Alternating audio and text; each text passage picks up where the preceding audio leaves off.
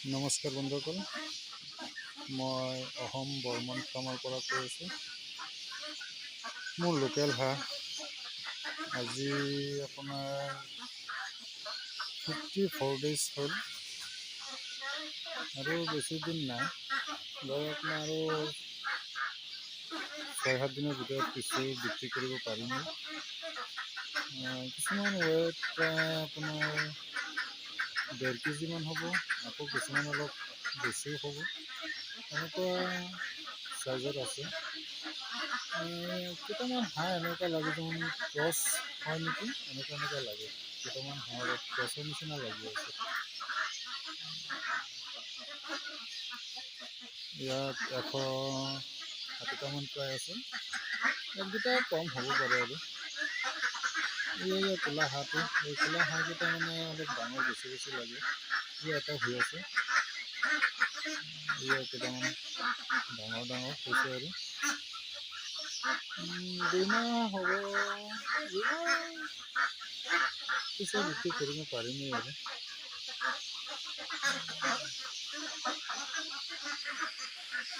সন্ধিয়াৰ ভিডিঅ', সন্ধিয়া সময়ত ভিডিঅ' কৰি আছোঁ, সেইকাৰণে অলপ মানে ভিডিঅ'টো ক্লিয়াৰ হোৱা নাই। ফাৰ্মৰ ভিতৰতে কৰিছোঁ।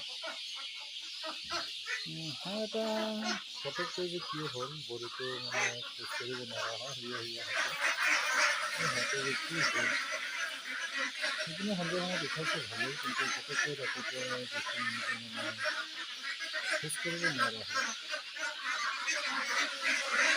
এইটো হাঁহৰ কাৰণে গোটেইকেইটা হাঁহ মানে ভয় খায়, সেইটো তুমি আহি আছে, সেইকাৰণে সিহঁতে এনেকৈ কৰি আছে। জানুৱাৰীৰ 1 জানুৱাৰীত মানে বিক্ৰী কৰিবলৈ অহা, 1 জানুৱাৰীৰ ভিতৰতে কমপ্লিট কৰিব পাৰিব।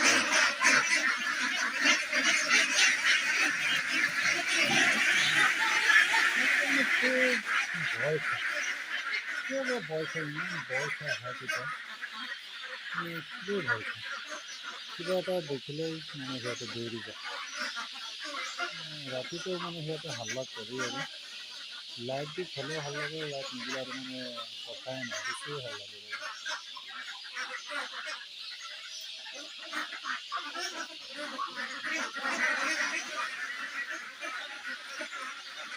কমপ্লিট হৈ যাব, 15 দিনৰ ভিতৰত কমপ্লিট, সৰু ডাঙৰ চব এতিয়া সমানে হৈ যাব আৰু। হ'লেও কেইদিন আগতে আৰু ধৰক আধা বিক্ৰী কৰিব পাৰোঁ যদি, ধৰক না আধা বিক্ৰী কৰিব পাৰিলে অলপ দানা চানা কম খাব বা কম লাগিব, আৰু কমপ্লিট হওঁতে প্ৰায় আপোনাৰ 15 দিনমান লাগিবই আৰু এনেকুৱা সময় লাগিব আৰু।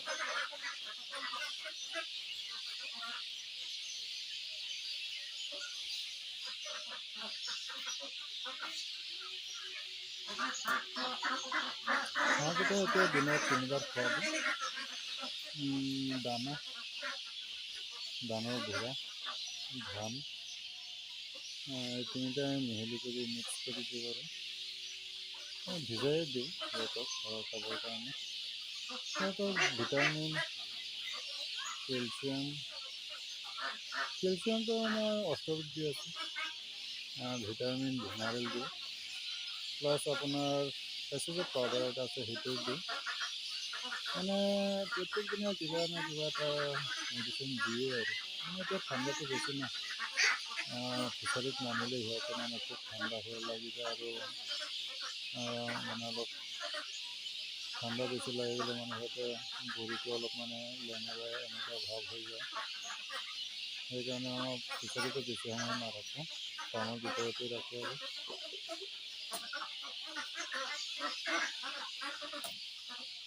এতিয়া বা কেনেকুৱা বজাৰ আছে আৰু কেনেকুৱা বিক্ৰী কৰিব পাৰোঁ। বেছি এটা লাভ নহ'ব লাগে, কিয়নো 200 হাঁহ আনিছিলোঁ, তাৰমানে 40টা হাঁহ মানে ঢুকালে বা নষ্ট হ'লে আৰু।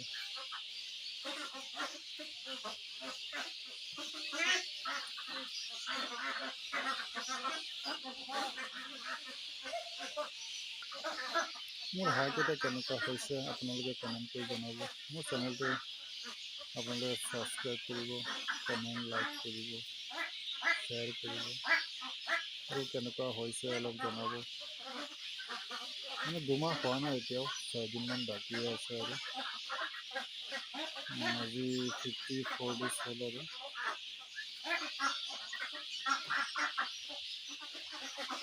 সন্ধিয়া সময়ত ভিডিঅ'টো সেইকাৰণে অলপ ভিডিঅ'টো মানে ঢিলা হৈ আছে। দিনত বহুত কাম বন থাকে, সেইবিলাক কাম কৰিবলৈ মানে সময় পোৱা নাযায়, সেইকাৰণে আজি অলপ সন্ধিয়া সময়তে ভিডিঅ'টো কৰিলোঁ। সিহঁতক ৰাতি 7টা বজালৈ খোৱা দিম আৰু তাৰপিছত আৰু মানে যেতিয়া সমাপ্ত হ'ব খোৱা দিয়া, নেক্সট কাইলৈ আকৌ ৰাতিপুৱাৰ পৰা